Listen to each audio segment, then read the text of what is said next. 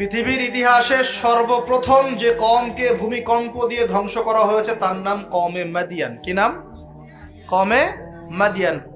প্রশ্ন হচ্ছে কেন ভূমিকম্পের শাস্তি আসলো? উত্তর, আল্লাহ পাক ওদের কয়েকটা পাপ বলছেন। এক নাম্বার আল্লাহ ওদেরকে বলছেন ওয়াজিনু বিল কিসতাসিল মুস্তাকিম, তোমরা ওজনে সঠিকভাবে মাপ দিবে। কওমে মাদিয়ান মাপে কম দিত, এই মাপে কম দেওয়ার একটা পাপের কারণে ভূমিকম্পের শাস্তি এসেছে। কোরআন কথা বলছে। এই সমস্যা সমাজে আছে কি নাই? আচ্ছা, আরো বলছে ওয়ালা তাবখাসুন নাস আশিয়াআহুম, তোমরা মানুষের সম্পদ অন্যায়ভাবে দুই নাম্বারি করে ভোগ করিও না। এই দুই নাম্বারি করে অন্যের সম্পদ ভোগ করার এই পাপটা সমাজে এখন আছে কি নাই? আরেকটা হচ্ছে যে তারা অপচয় করত, মাপে কম দিত, মানুষের সম্পদ অন্যায়ভাবে লুটপাট করে খেত। এই সময় আল্লাহ রাব্বুল আলামিন ওদেরকে সতর্ক করেছেন শুআয়ব আলাইহিস সালামকে দিয়ে, তারা কথা শোনে নাই। আল্লাহ রাব্বুল আলামিন ভূমিকম্প দিয়ে পুরো জাতিকে ধ্বংস করেছে। তাহলে পৃথিবীর ইতিহাসে এই ভূমিকম্প নতুন না আগে হয়েছে? এই ভূমিকম্প এখন আবার নতুন করে বেশি বেশি হচ্ছে কিনা? এই ভূমিকম্পের অপরাধ আল্লাহ পাক কি বললেন? মাপে কম দেয়া, অন্যের সম্পদ অন্যায়ভাবে আত্মসাৎ করা এবং কি অপচয় করা। কোন কম করেছে এই কাজগুলা? কওমে মাদিয়ান। এখন আসেন কওমে মাদিয়ান থেকে নবী সাল্লাল্লাহু আলাইহি ওয়াসাল্লাম কি বলছেন। এবার আমাদের নবীজি বলছেন যে শোনো, বাইনা ইয়াদাই সাআহ, একটু মনোযোগ দেন, আমি 3-4টা হাদিস বলে শেষ করছি।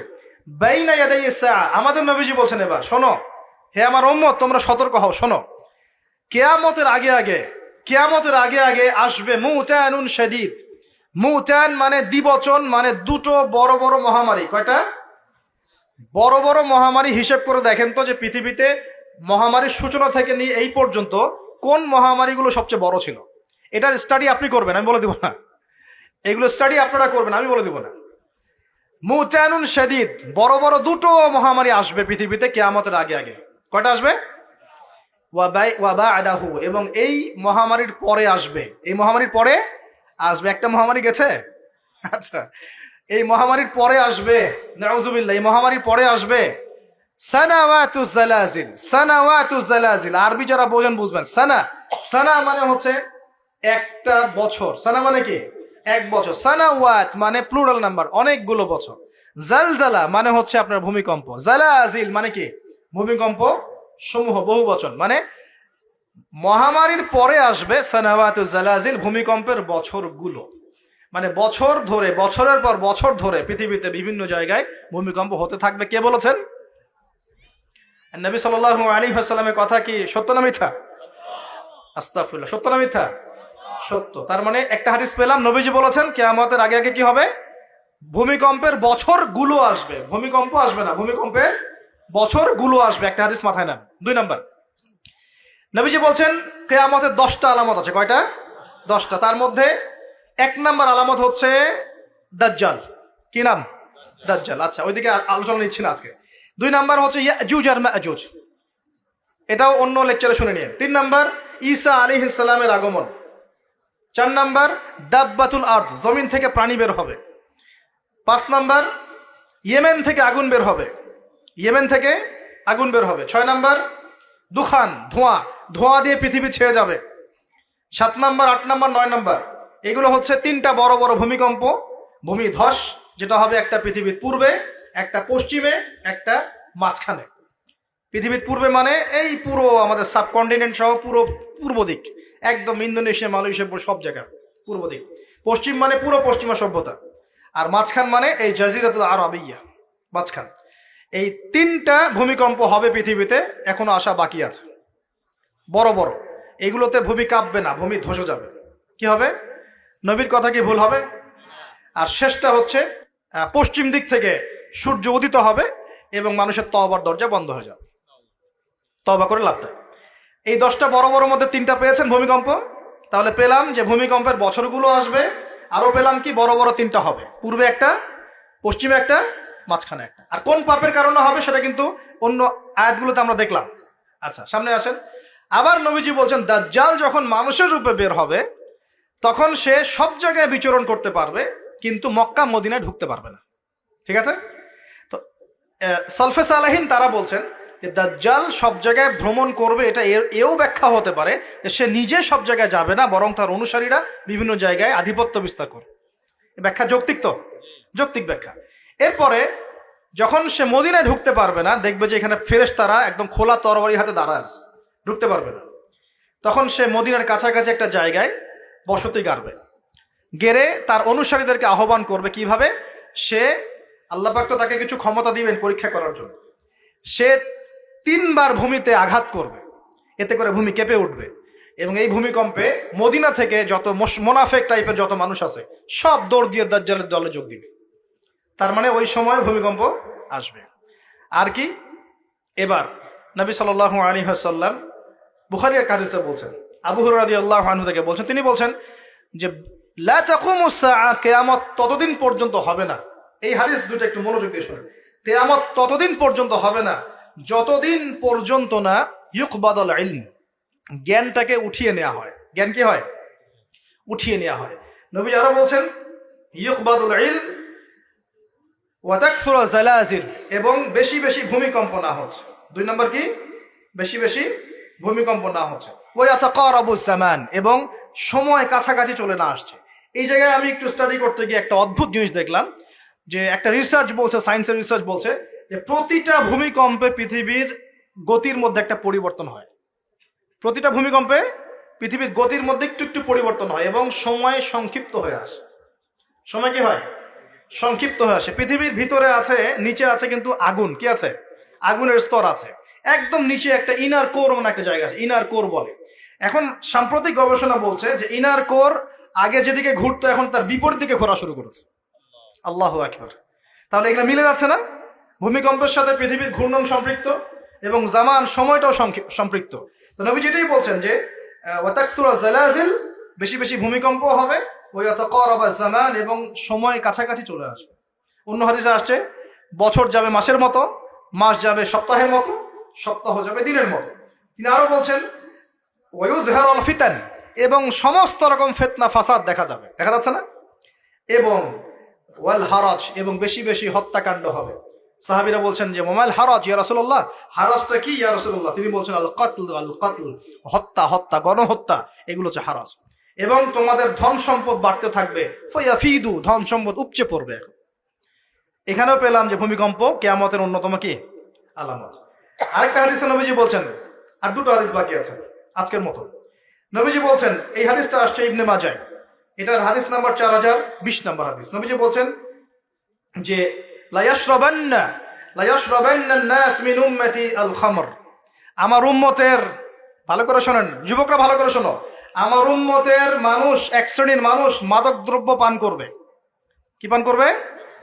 নবীজি বলছেন আমার উম্মতের একটা অংশের মানুষ মাদক দ্রব্য পান করবে, ওয়া ইউসাম্মুনাহা বিগাইরি ইসমিহা, কিন্তু মাদক দ্রব্যের নাম পরিবর্তন করে অন্য নাম দেয়া শুরু করবে। বুঝতে পারলাম? এখন কে বলে মাদক? আমরা বলি এখন হুইস্কি, রাম, আর কি ভাই, ইয়াবা, হ্যাঁ, কত নাম বের হয়েছে। এটা আরো অ্যামেজিং। নবীজি বলছেন ওই মানুষগুলো যারা মাদকদ্রব্য পান করে নাম ভিন্ন দিবে, তাদের কানের পাশে বাদ্যযন্ত্র বাজবে। এখন কানের পাশে বাদ্যযন্ত্র বাজে কিভাবে? তোমার ব্লুটুথ আর ইয়ারফোন দিয়ে। বুঝতে পারো না মনে হয়? এইভাবে শব্দ আসলো কিভাবে হাদিসের মধ্যে? নবীজি এভাবে শব্দ প্রয়োগ করলেন কেন? যে ওয়ায়ুযাফু আলা রুউসিহিম বিল মাআজিফ, তাদের মাথার পাশে, কানের পাশে বাদ্যযন্ত্র কেমন করে বাজবে? তোমার কানের ভিতরে ঢুকানো আছে বাদ্যযন্ত্র, আছে না? এই যে এটা এই জামানার সাথে সম্পৃক্ত।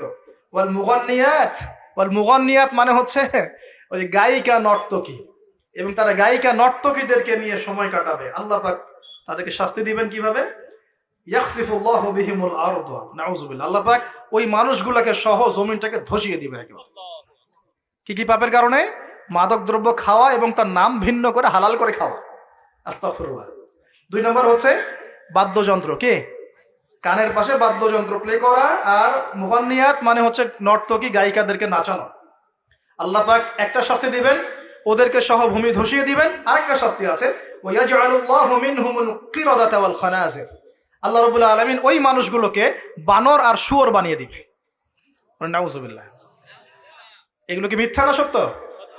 সাদাকাল্লাহুল আযীম ওয়া সাদাকা রাসূলুল কারীম, আল্লাহ পাক সত্য বলেছেন, তার রাসূল সত্য বলেছেন। সর্বশেষ হাদিস, আজকের মাহফিলের সর্বশেষ হাদিস, এবং এই হাদিস থেকে আমরা বুঝতে পারবো কি কি পাপ আমাদের করা যাবে না আর কি কি পাপ করলেই শাস্তিটা আসবে। হাদিসটা হচ্ছে আন আবি হুরায়রা রাদিয়াল্লাহু আনহু قال قال رسول الله صلى الله عليه وسلم اذا اتخذ الفيء دولا। ভালো করে শুনেন, নবী সাল্লাল্লাহু আলাইহি ওয়াসাল্লাম বলেছেন, যখন গনিমতের মাল বা রাষ্ট্রীয় সম্পদগুলোকে ব্যক্তিগত মাল মনে করা হবে। এক নাম্বার কি, যখন গনিমতের মাল বা রাষ্ট্রীয় যুদ্ধলব্ধ সম্পদগুলোকে নিজের মনে করা হবে। ওয়াল আমানাতু মাগনামান, এবং আমানত রাখা হলে সেটাকে কি মনে করা হবে? গনিমত। আমানত রাখা হলে গনিমত মনে করে খেয়ে ফেলবে আর কি, মানে লুট করে খাবে। ওয়াজ যাকাতু মাগরামান, এবং যাকাত, এই যাকাতের বিধানটাকে খুব বোঝা মনে করা হবে। যাকাত খুব বার্ডেন, খুব বোঝা। 3 নাম্বার 4 ওয়া তুআল্লিমা লিগায়রি দ্বীন, দ্বীনের জ্ঞান বিবর্জিত শিক্ষা চালু করা হবে। সুবহানাল্লাহ, মিলতেছে কি না? দ্বীনি জ্ঞান বিবর্জিত, ধর্ম বিবর্জিত শিক্ষার প্রচলন হবে। ও আত আর রাজুল ইমরাতাহ, এবং এই যে পরিবারের কর্তা যারা আছে এরা সব মহিলার আঁচল ধরে বসে থাকবে। বুঝতে পারতেছেন না? পরিবারের কর্তারা স্ত্রীদের আঁচল ধরে ঘুরবে। আর কি করবে? ওয়াক্কা উম্মাহ, এবং তার মায়ের অবাধ্য হবে, মানে মায়ের চাইতে বউকে বেশি প্রাধান্য দিবে, বউয়ের আঁচল ধরে ঘুরবে। আর নবীজি বলছেন ওয়াল আদনা সাদিকাহ, বন্ধু বান্ধবকে খুব কাছে টেনে নিবে, বন্ধু বান্ধবকে কাছে টেনে নিয়ে ওয়াকসা আবাহ, তার বাবাকে দূরে ঠেলে দিবে। মিলতেছে কিনা? বুঝতেছেন না কথা? আবার বলতেছি, যখন গনিমতের মালকে ব্যক্তিগত মাল মনে করা হবে, আমানত রাখা হলে লুট করে খেয়ে ফেলা হবে, যখন জাকাতের মালটাকে, জাকাতটাকে বার্ডেন মনে করতেছে, বোঝা মনে করতেছে, যখন ধর্ম বিবর্জিত শিক্ষা চালু হচ্ছে, যখন একজন ব্যক্তি তার মাকে কষ্ট দিয়ে মায়ের চাইতে বেশি স্ত্রীকে প্রাধান্য দিচ্ছে, তার আঁচল ধরে ঝুলছে, আর যখন এই ছেলে পেলেগুলো বন্ধুকে কাছে টেনে নিচ্ছে, বাবাকে দূরে ঠেলে দিচ্ছে, আর কি হচ্ছে? ওয়াজহারাতিল আসওয়াতু ফিল মাসাজিদ, সুবহানাল্লাহ, যখন মসজিদের মধ্যে শোরগোল হট্টগোল বেড়ে যাচ্ছে। কি হচ্ছে না? যখন মসজিদের মধ্যে শোরগোল হট্টগোল বেড়ে যাবে, এবার রাগ করেন না, এটা হাদিসে আছে, আমি বলছি, অনুবাদ করছি। ওয়াসাদা কবিলাতা ফাসিকুহুম, এবং কোন কোন কবিলা মানে গোত্র বা সমাজের নেতৃত্ব দিবে ওদের মধ্যে সবচেয়ে ফাসিক ব্যক্তি, সবচেয়ে পাপাচারী ব্যক্তি। এটা নবীজি বলছেন। আরো তিনি বলছেন ওয়া কানা যাঈমুল কওমি আরযালাহুম, এবং সমাজের সবচেয়ে নিম্ন শ্রেণীর মানুষকে সমাজের কর্ণধার করা হবে। তিনি আরো বলছেন ওয়াকরিমার রাজুলু মাখাফাতা শাররিহ, কোন মানুষকে সম্মান করা হবে তার ভয়ে। কিসে? ভয়ের চোটে সম্মান করা হবে। সম্মান মন থেকে আসবে না, ভয়ের চোটে সম্মান করা হবে। আরো বলছেন ওয়াজহরাতিল কায়নাত ওয়াল মুআজিফ, একটু আগে বললাম ওয়াজহরাতিল কায়নাত মানে বেশি বেশি নর্তকী আর বাদ্যযন্ত্র দেখা যাবে, এবং ওয়াশুরিবাতিল খুমর, এবং যখন মাদক দ্রব্য সমূহ পান করা হবে। এই কাজগুলো যখন হবে তখন তোমরা শুনে রাখো, আরেকটা আছে ওয়ালা'না আখিরি হাযিহি উম্মতি উলাহা, উম্মতের শেষের দিকের মানুষরা পূর্ববর্তী থেকে গালি দেওয়া শুরু করবে। এই শেষ জামানার মানুষগুলো সোনালী যুগের মানুষদেরকে গালি দেওয়া শুরু করবে। এটা করতেছে না মানুষ এখন? আচ্ছা, এই কাজগুলো যখন হবে তখন শোন, ফালইয়ারতাকিবু, তখন ধেয়ে আসবে। কি ধেয়ে আসবে? ইনদা যালিকা চারটা আযাব, 4-5টা আযাব। এক, রিহান হামরা, এটা এখন আসে নাই। রিহান হামরা মানে হচ্ছে উত্তপ্ত গরম বাতাসের আযাব আল্লাহ পাক দিবেন। বলেন নাউযুবিল্লাহ। কয়েকদিন আগে দেখলাম নাসা গবেষণা করছে যে পৃথিবীর সূর্য থেকে এমন কিছু রশ্মি আসবে, ওখানে বিস্ফোরণ হচ্ছে, এমন কিছু আসবে যেটা পৃথিবীর উপর একটা বড় ইফেক্ট ফেলবে, উত্তপ্ত একটা বায়ু আসবে পৃথিবীর দিকে। নবী হাদিসে সেটাই বলেছেন যে রিহান হামরাআন মানে উত্তপ্ত গরম একটা বাতাস আযাব হিসেবে পৃথিবীতে আসবে। এক। 2 নম্বর আযাব আসবে ওয়াজালজালাহ, এবং বেশি বেশি ভূমিকম্প, যেটা বললাম। আর কি আসবে? খাসফান, ভূমি ধসে যাবে, মাটিতে ধসে যাবে। ওয়ামাসখান, এবং চেহারা সুরত আকৃতি মানুষের বিকৃত হয়ে যাবে। ওয়াকাদফান, এবং আসমান থেকে পাথর বর্ষণ করা হবে। এই 5টা আযাব আসবে কখন? যখন এই 14-15টা পাপ তোমরা করতে থাকবে। প্রিয় ভাইরা, আমরা আজকের আলোচনা থেকে যথেষ্ট জ্ঞান নিয়েছি। সর্বশেষ যে কথাগুলো বলে শেষ করবো সেটা হলো, এক, আল্লাহ পাকের পক্ষ থেকে কাফের, মুশরিক, মুনাফিকদের উপরে এগুলো অবশ্যই আযাব হিসেবেই আসবে না? আর মুমিন মুসলিমদের উপর যদি এগুলো চলে আসে, বুঝতে হবে আল্লাহ আমাদের ভালো চাচ্ছেন, আমরা তওবা করে যেন ফিরে আসি, আল্লাহ এটাই চাচ্ছেন। অথবা এর মধ্য দিয়ে আমাদের গুনাহগুলো আল্লাহ মাফ করবেন। আল্লাহ রাব্বুল আলামিন আমাদের সবাইকে আসমানের সমস্ত বিপদ, জমিনের সমস্ত বালা থেকে হেফাজত করুন, এবং আল্লাহ পাকের আযাব নেমে আসে এমন পাপগুলো থেকে বেঁচে থাকার তৌফিক দান করুন।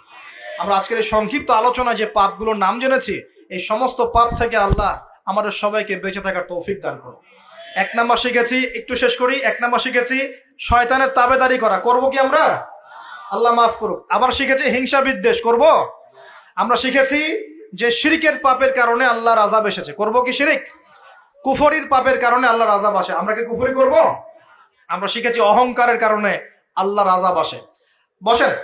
আমরা শিখেছি যে সত্যকে প্রত্যাখ্যান করা, আমানতের খেয়ানত করা, মাপে কম দেয়া, হ্যাঁ, অন্যদের উপর অত্যাচার জুলুম করা, মানুষকে প্রহার করা, সমকামিতা, এইসব পাপের কারণে আল্লাহর শাস্তি নেমে আসে। আর আমরা এই হাদিসগুলোর মধ্যে দিয়ে জানলাম যে ভূমিকম্প কিয়ামতের আগে আগে বেশি হবে। কোন কোন পাপের কারণে হবে আমরা শিখলাম।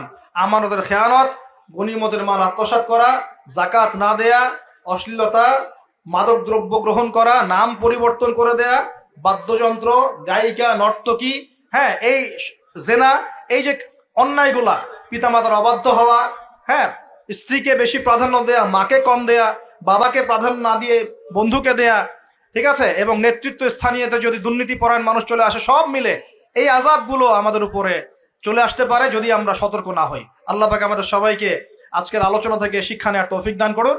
আল্লাহ পাকের আযাব থেকে বেঁচে থাকার জন্য আল্লাহ পাকের হুকুম আহকাম মেনে চলার তৌফিক দান করুন।